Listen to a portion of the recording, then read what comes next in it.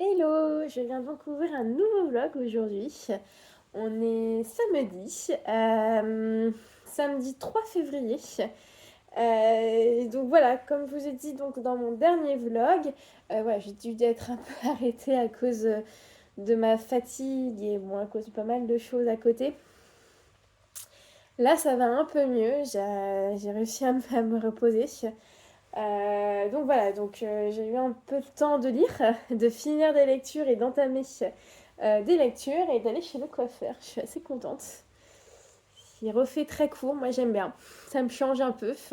Donc voilà. Donc dans le dernier vlog qui était en train de lire donc le soldat désaccordé de Gilles Marchand pour le prix donc relais Kit Kat, que j'ai terminé, que j'ai beaucoup aimé. Une fin. Je m'attendais pas à une fin heureuse et petits papillons et tout, mais je m'attendais pas à cette fin-là. Donc, j'ai été étonnamment quand même surprise, et mais très de surprise du bon côté. On va dire que c'est vraiment un très beau roman. Un roman vrai, je trouve, parce que ça fait vraiment réel. Ça aurait pu se passer cette histoire-là, et c'est ça en fait qui m'a plu. Il y a eu beaucoup de choses qui m'ont plu et vraiment pour l'instant j'en ai que du bon. Donc je trouve vraiment très bien ce roman. Voilà, donc l'histoire, un peu le pitch, un ancien combattant de 14-18 est embauché par une femme pour enquêter sur son fils qui a disparu. Alors, dit mort par l'État, mais elle est persuadée qu'il n'est pas mort. Donc, il va faire des recherches, il va donc trouver que donc cette personne est tombée amoureux avant de partir en guerre et que en fait que ce serait peut-être lié et que peut-être oui il serait pas mort. Et donc en fait il y aura une enquête sur ça, mais aussi sur l'histoire d'amour et j'ai trouvé ça vraiment palpitant. C'était vraiment une enquête dans l'après-guerre entre deux guerres et on arrive dans les années 30 où une deuxième guerre mondiale se prépare et où le personnage qui enquête commence en fait à se douter qu'une autre guerre arrive et que ce Hitler il est pas si gentil que ça. Donc voilà, un très beau roman, vraiment. Et voilà, moi j'ai adoré. Et en fait, comme je vous ai dit dans mon dernier vlog, j'ai l'impression d'avoir du au revoir là-haut et un long dimanche de fiançailles. Vraiment, c'est un peu pareil et j'ai adoré, vraiment. Donc, et en plus, ça changeait un peu de ce que je lisais d'habitude, donc vraiment sur cette période-là. Voilà pour mon roman terminé. Niveau de lecture audio, je suis toujours sur la tresse de Laetitia Colombani. Je suis à la fin. J'aime beaucoup la lecture, très bonne lecture. Je suis impatiente de connaître ce qu'il lit ces trois femmes. Donc on suit trois femmes, donc une en Inde, Smita, qui est en fait une intouchable. C'est une femme qui est au plus bas en fait des castes et qui va en fait nettoyer comme elle dit la merde des autres. C'est horrible. Et en fait elle peut pas faire d'école, mais elle veut en fait que ça change pour sa fille. Elle va l'inscrire à l'école. On suit aussi donc Giulia en Sicile qui va donc son père qui va en fait faire un malaise et elle va devoir en fait reprendre les rênes de son entreprise mais elle va faire aussi la connaissance d'un homme qui va un peu chambouler sa vie. Et au Canada on suit Sarah qui va donc qui est une mère avocate et elle va en fait elle va apprendre quelque chose qui va bouleverser sa vie aussi. Donc voilà, ça on suit donc trois femmes et pour l'instant j'aime beaucoup, vraiment, j'adore. Très beau roman. Voilà pour ma lecture audio. Donc après le soldat désaccordé, j'ai donc continué dans ma lancée pour le prix Relais Kit Kat et j'ai donc commencé Les garçons qui brûlent de Eva Björg Adisdottir. Donc je vous disais c'était un tome 3 de la saga Elma. J'aime bien pour l'instant, j'ai lu 50 pages. J'aime bien. Elma va enquêter en fait sur la mort d'un jeune homme chez lui.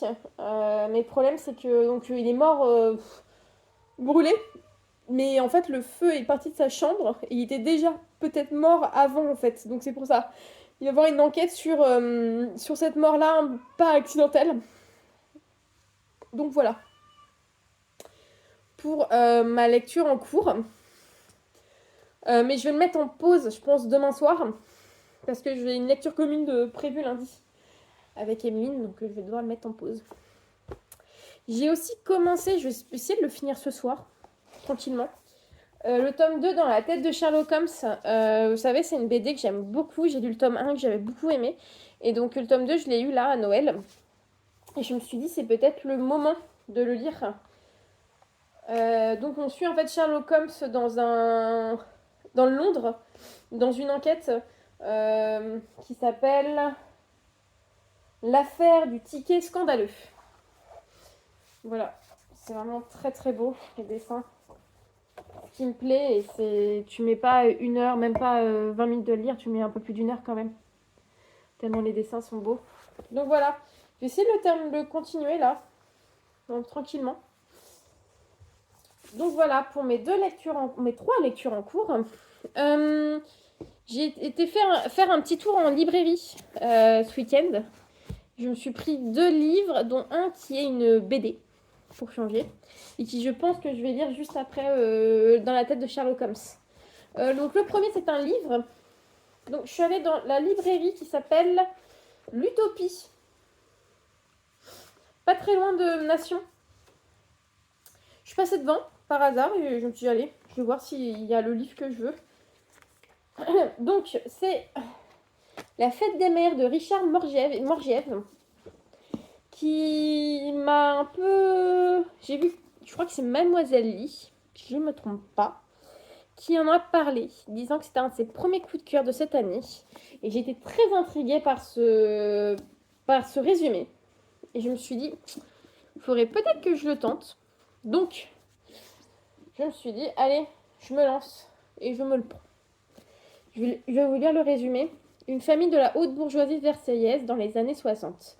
La vipère parfumée à l'heure bleue, c'est la mère. Le père banquier est absent, les 4 frères se détestent. Ou bien ils s'aiment un peu beaucoup. Ils ont faim car la mère ne veut pas qu'ils mangent. Ils ne sont pas bons car elle leur interdit l'eau chaude. Et puis, à peu près tout, sauf la confession. Jacques se rebelle. Il refuse de faire sa communion solennelle et tombe gravement malade. Il veut vivre. Ce n'est pas si facile. Il faut se battre contre la maladie, contre le sort. Il faut garder l'espoir, attendre l'amour qui guérit tout, pour accomplir ce miracle. Jacques a 2 talismans. Un trèfle à 5 feuilles et une graine de haricot. 40 ans plus tard, il raconte son histoire. Ça a l'air pas mal. Un petit pavé quand même. Je pensais pas que c'était un pavé comme ça. Ouais, il fait 400 pages. Ça va. Donc voilà. La Fête des Mères de Richard Morgiev. Au revoir. En tout cas, il me tentait bien. Et le deuxième livre que je me suis pris, c'est donc Vivian Maier, Clair Obscur, de Émile Plateau et de Marzena Sowa. Je l'ai vu un peu passer et je me suis dit qu'il me disait bien. Ça fait longtemps. Je vais lire les résumés. Qui était Viviane, plutôt Maier, cette femme décédée dans l'anonymat, est considérée aujourd'hui comme une des plus grandes photographes du XXe siècle. Personnalité complexe et parfois déroutante, femme libre dont le destin s'est écrit entre la France et l'Amérique, Viviane Maier avait choisi de vivre les yeux grands ouverts avec son Rolleiflex, dont elle ne se séparerait jamais. Ses photos, pleines d'attention envers les démunis et les perdants du rêve américain, dévoilent un regard empreint d'humanité. Et moi, comme je vous avais dit, je crois l'été dernier plutôt, je me suis mise à la photo. Donc ça m'intéresse beaucoup, beaucoup, beaucoup. Et voilà. Donc je connaissais pas du tout cette photographe. Donc ça a l'air sympa. Les dessins sont mignons. Je sais pas, je trouve ça mignon les dessins. Attendez, je vais essayer de vous montrer une planche qui peut être pas mal. Vous voyez, regardez. Je trouve ça sympa. Ça change. Donc voilà, j'en ai entendu que du bien. Et surtout, c'est que, en fait, je sais pas vous, mais moi, à la Fnac, je trouve rien. Par exemple, ces 2 livres-là, je les voulais à la Fnac et je les ai pas trouvés.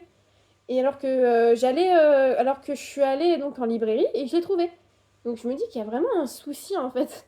Donc je suis presque maintenant tentée d'aller que en librairie parce qu'à la Fnac, je ne trouve plus rien du tout. Bon, c'est quand même mieux d'aller en librairie, hein. Moi, je vous dis, je vais à la Fnac, c'est pas trop bien, hein. C'est bien de donner plutôt ses sous aux libraires, ils en ont besoin surtout. Donc voilà, pour mes achats du week-end, je suis bien contente. Et d'avoir aussi découvert cette petite librairie qui est vraiment sympa. Là, ils ont vraiment un choix hyper intéressant.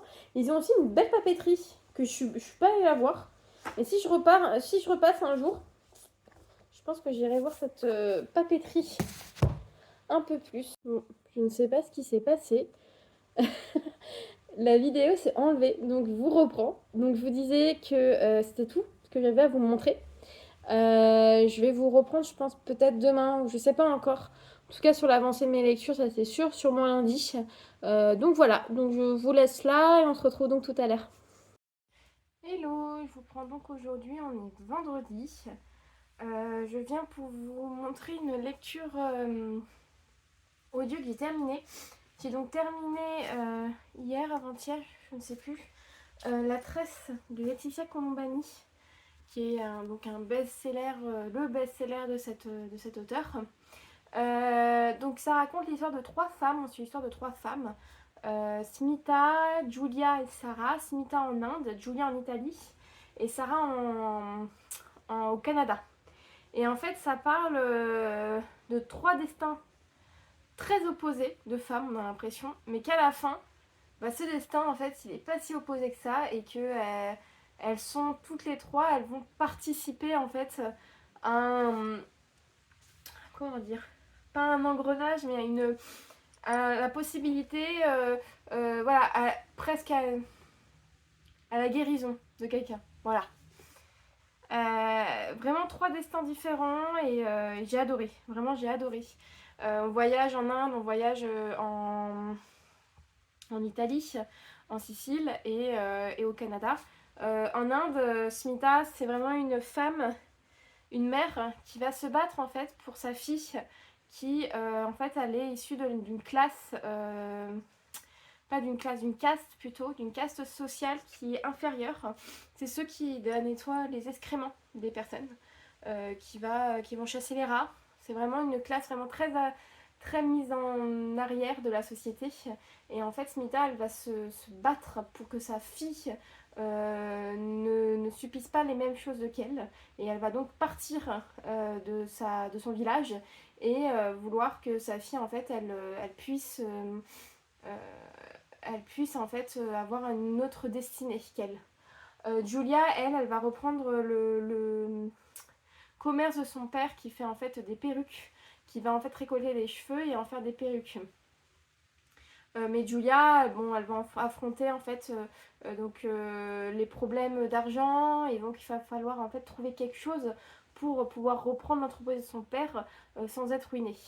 Et enfin, au Canada, Sarah apprend qu'elle a un cancer. Elle a des enfants et elle doit en fait faire face à ce cancer alors qu'elle est une très très grande avocate du Canada.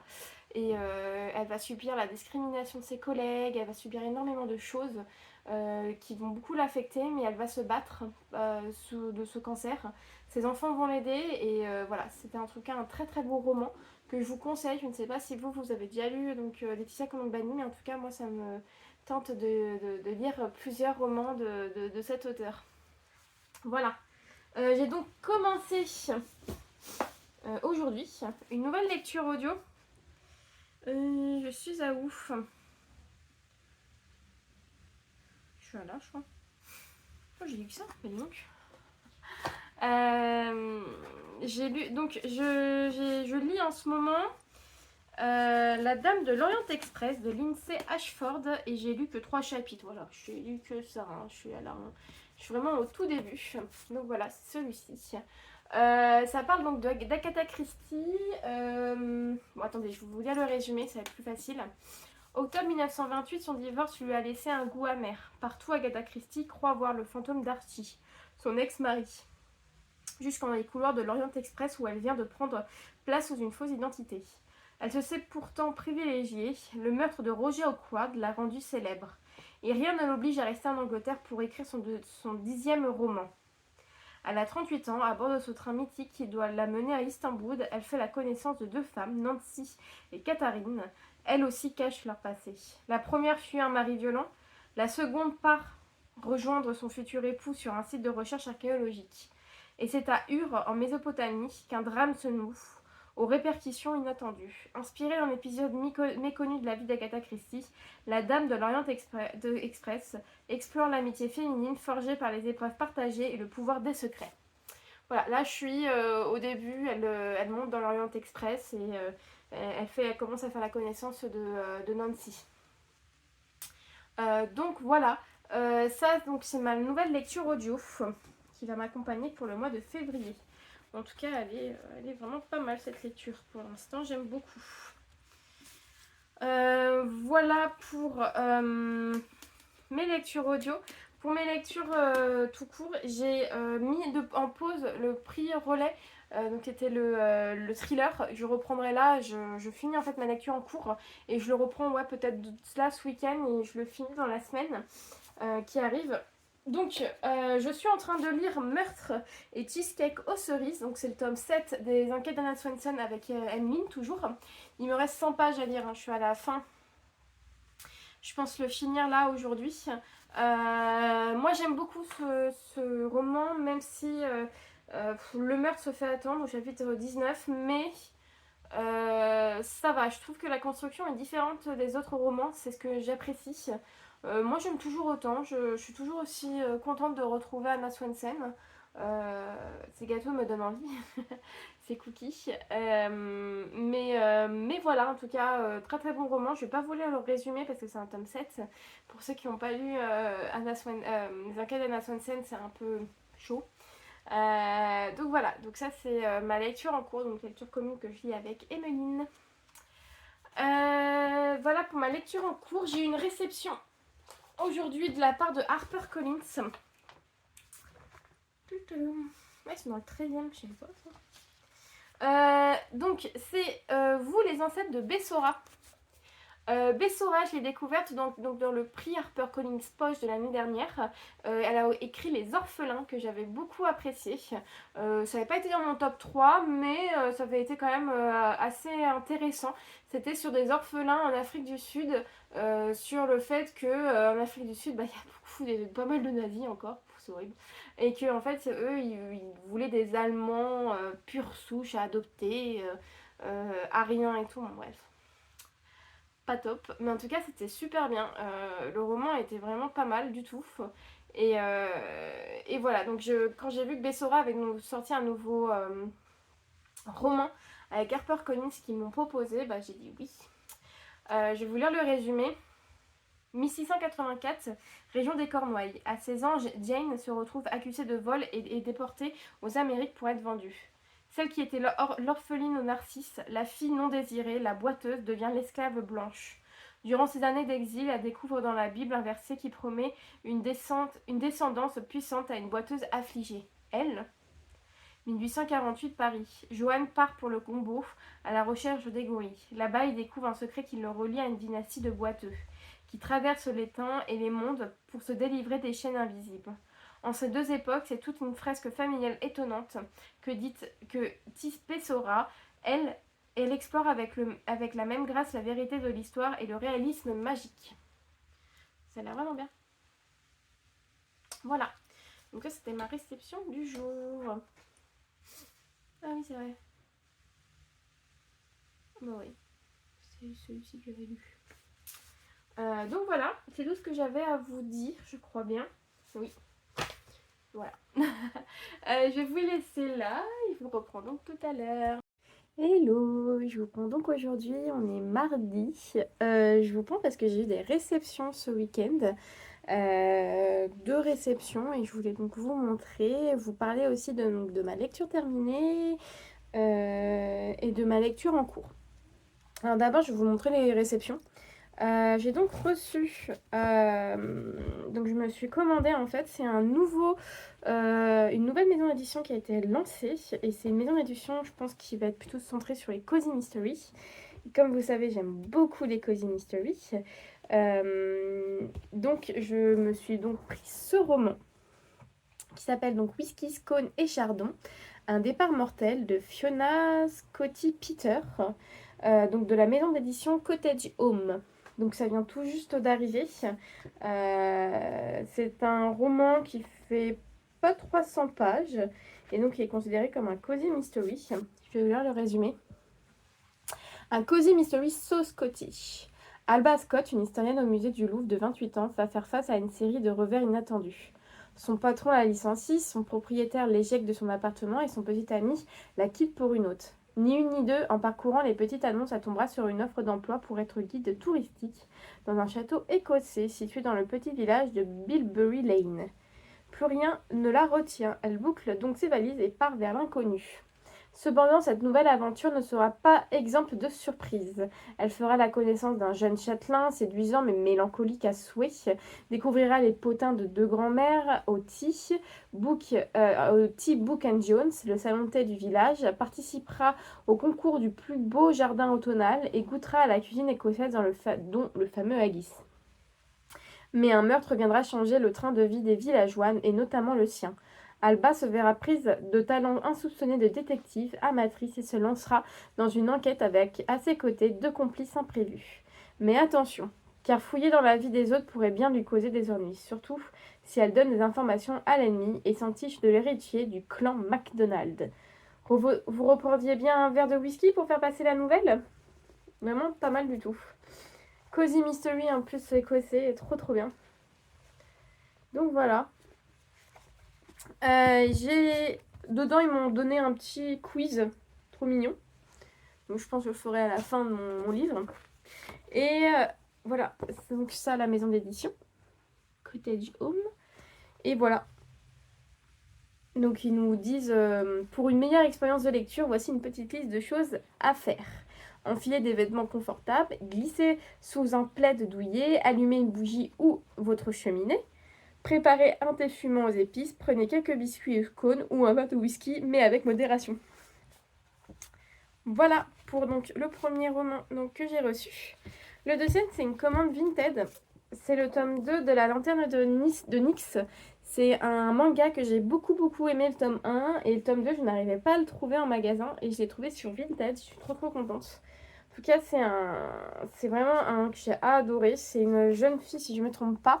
Quand elle touche des objets, elle a des visions et elle voit en fait à qui ont appartenu ces objets-là. Et en fait, elle travaille pour un genre de brocanteur japonais, mais qui va en fait surfer sur le japonisme en Europe. Donc je ne sais pas si elle va aller à Paris ou en tout cas en Europe. En tout cas, voilà, c'est vraiment un de mes mangas préférés. Donc je suis très contente d'avoir trouvé le tome 2.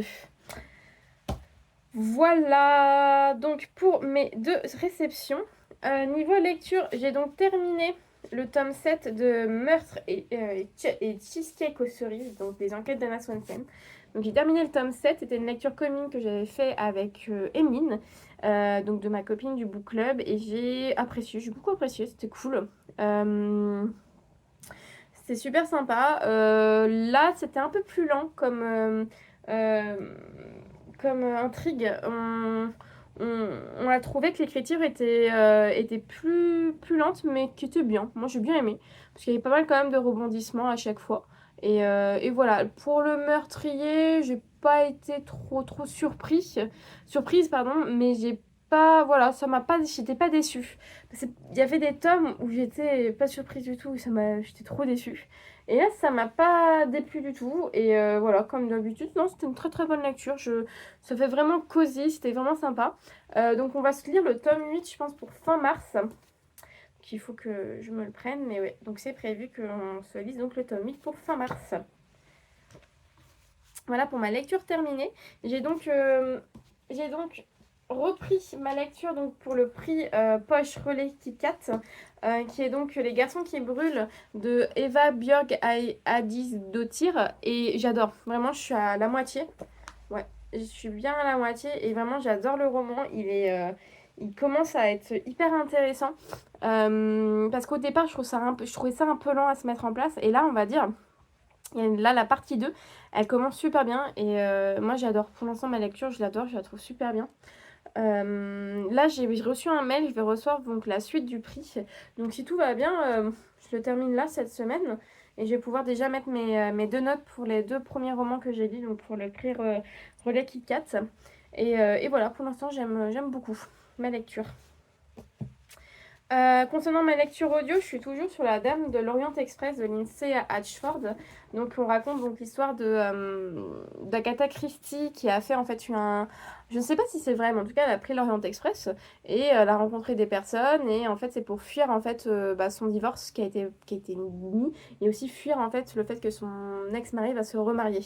Et elle va rencontrer donc 2 femmes à bord. Et voilà, donc ça a l'air hyper intéressant. Ils vont donc à Bagdad et je trouve ça vraiment très très bien. En tout cas, pour l'instant, oui, je suis là. Je suis vraiment au tout début, mais voilà, j'apprécie ma lecture. Voilà, c'est tout ce que j'avais à vous montrer. J'ai une lecture commune de prévue pour samedi, donc il faut absolument que je termine Les garçons qui brûlent. Je vais lire en fait La fille du Alice England, vous savez, pour HarperCollins. Ils me l'ont envoyé le mois dernier, oui, je crois. Et j'ai vu qu'il y avait une lecture commune de prévue, donc je me suis inscrite et je commence, donc je crois samedi. Donc voilà, il faut absolument que je le finisse avant samedi, mais en tout cas, c'est bien parti pour que je le lise bien. Donc pour l'instant, je suis très contente de ma lecture. Voilà, donc c'est tout. Je sais pas si je vais avoir des réceptions aujourd'hui ou dans la semaine, mais en tout cas, si j'en ai, je vous prendrai et je vous montrerai tout ça. Je vous laisse là, donc je vous retrouve donc tout à l'heure. Hello, je vous retrouve donc aujourd'hui, on est samedi. Je pense que je viendrai clôturer ce vlog ici. J'ai pas mal de trucs à vous montrer, j'ai eu des réceptions. J'ai eu des réceptions notamment pour le prix non, le prix relais, pardon. Le prix relais Kit Kat. Et voilà, et une autre réception aussi d'HarperCollins. Tout d'abord, je vais quand même vous parler de ma lecture terminée.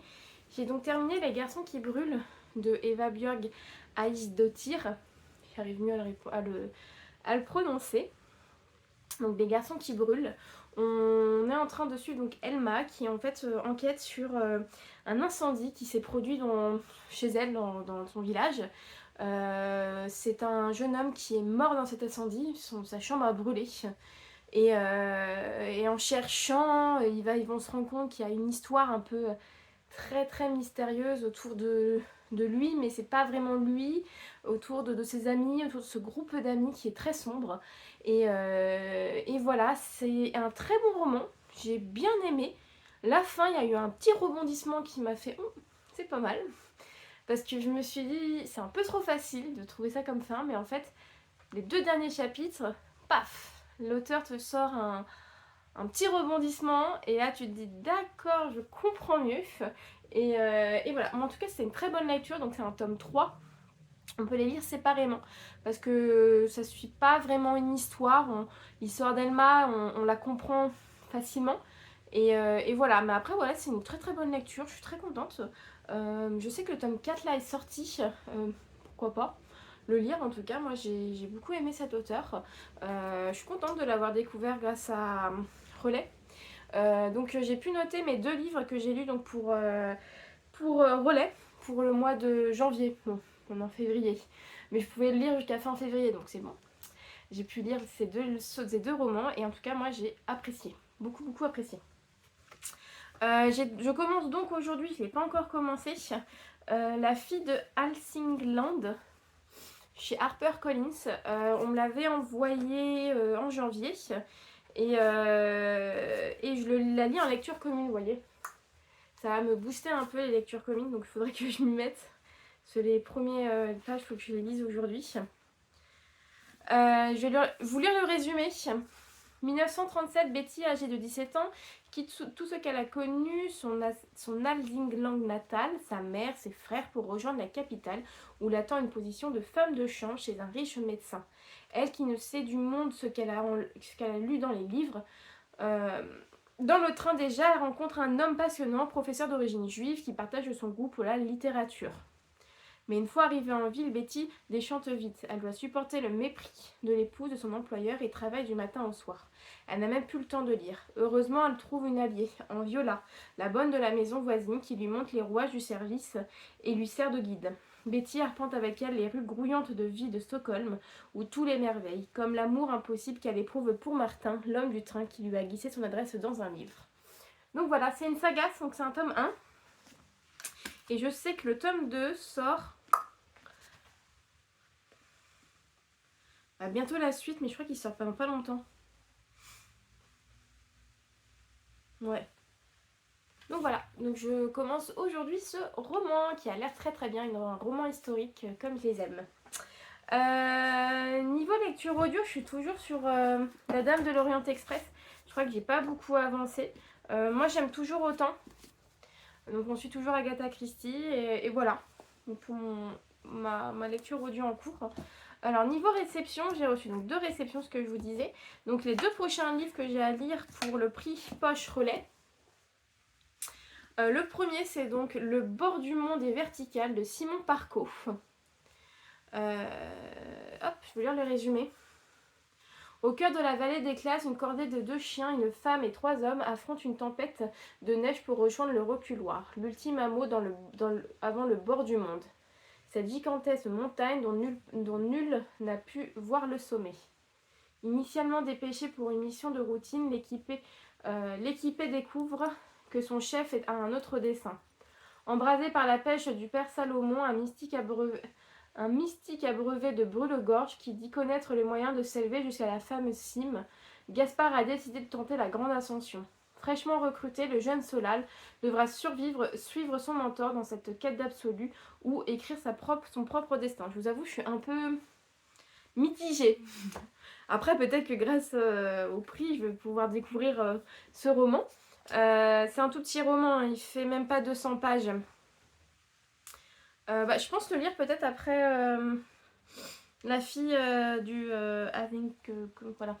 Je pense le lire juste après. Mais ouais, c'est un petit roman. Le deuxième qui me tente énormément, que j'ai vu passer sur Instagram, que je sais elle vient de sortir un nouveau roman, cette autrice, donc Céline Dangean, donc c'est Précipice, et qui me tente énormément. Je suis trop contente de l'avoir dans la sélection, et hyper surprise, je pensais pas l'avoir, donc très très très très contente. Le résumé me donne beaucoup envie, donc elle a sorti là Châtiment. Et ils disent vraiment que c'est vraiment l'auteur français à lire en ce moment de polar. Donc trop contente. Alors, tu vas mourir, Valériane. Quelques mots murmurent à son oreille alors qu'elle reprend connaissance chez elle, ligotée dans sa propre baignoire et que l'eau monte inexorablement. Après cette sauvage agression, les meurtres s'enchaînent. Tandis que la signature du tueur s'impose, le major Louise Caumont cherche le lien qui unit ces événements. C'est dans le passé des victimes qu'il lui faudra plonger sur les traces de leur impétueuse adolescence, des espoirs et des drames qu'elle couvait. Ça a l'air trop bien, vraiment. Je suis très très pressée de le lire. Je vous avoue que je me sens pas de là comme j'ai fini un thriller, je me sens pas un polar, je me sens pas relire un polar juste après. Donc c'est pour ça qu'un petit roman historique, ça va me faire du bien. Mais en tout cas, je suis vraiment pressée. Bon, c'est un beau bébé, hein, c'est une belle brique, il fait 600 pages. Je pensais pas qu'il faisait autant.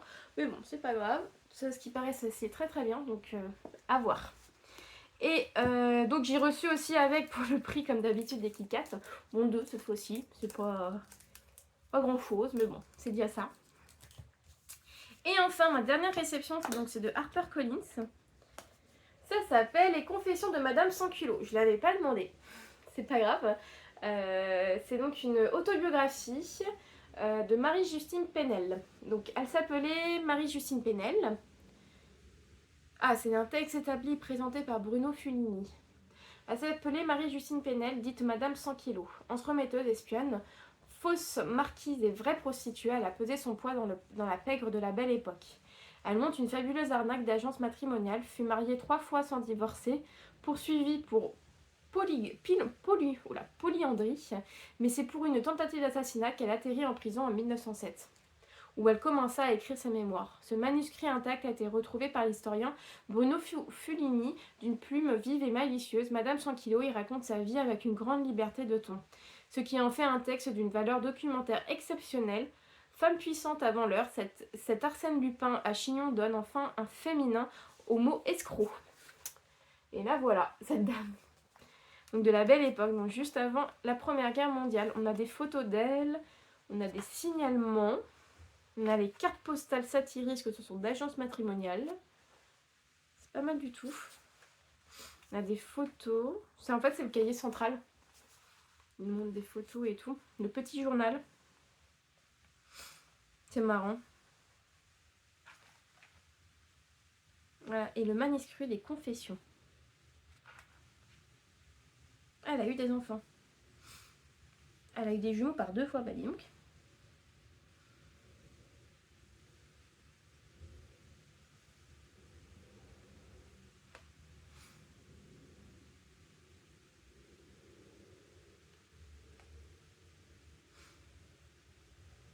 Le 9 décembre 1906, Marie-Justine Pénel et Auguste Cesbron dit Guérin en médaillon font la une des suppléments illustrés du Petit Journal qui tire à plus d'1 million d'exemplaires. La mystérieuse affaire de Bois-le-Roi, les magistrats découvrent dans l'orangerie de Glatigny des instruments suspects. C'est bizarre. C'est la une du journal. Donc voilà, pour mes réceptions. Bah, je pense que je vais clôturer mon vlog ici.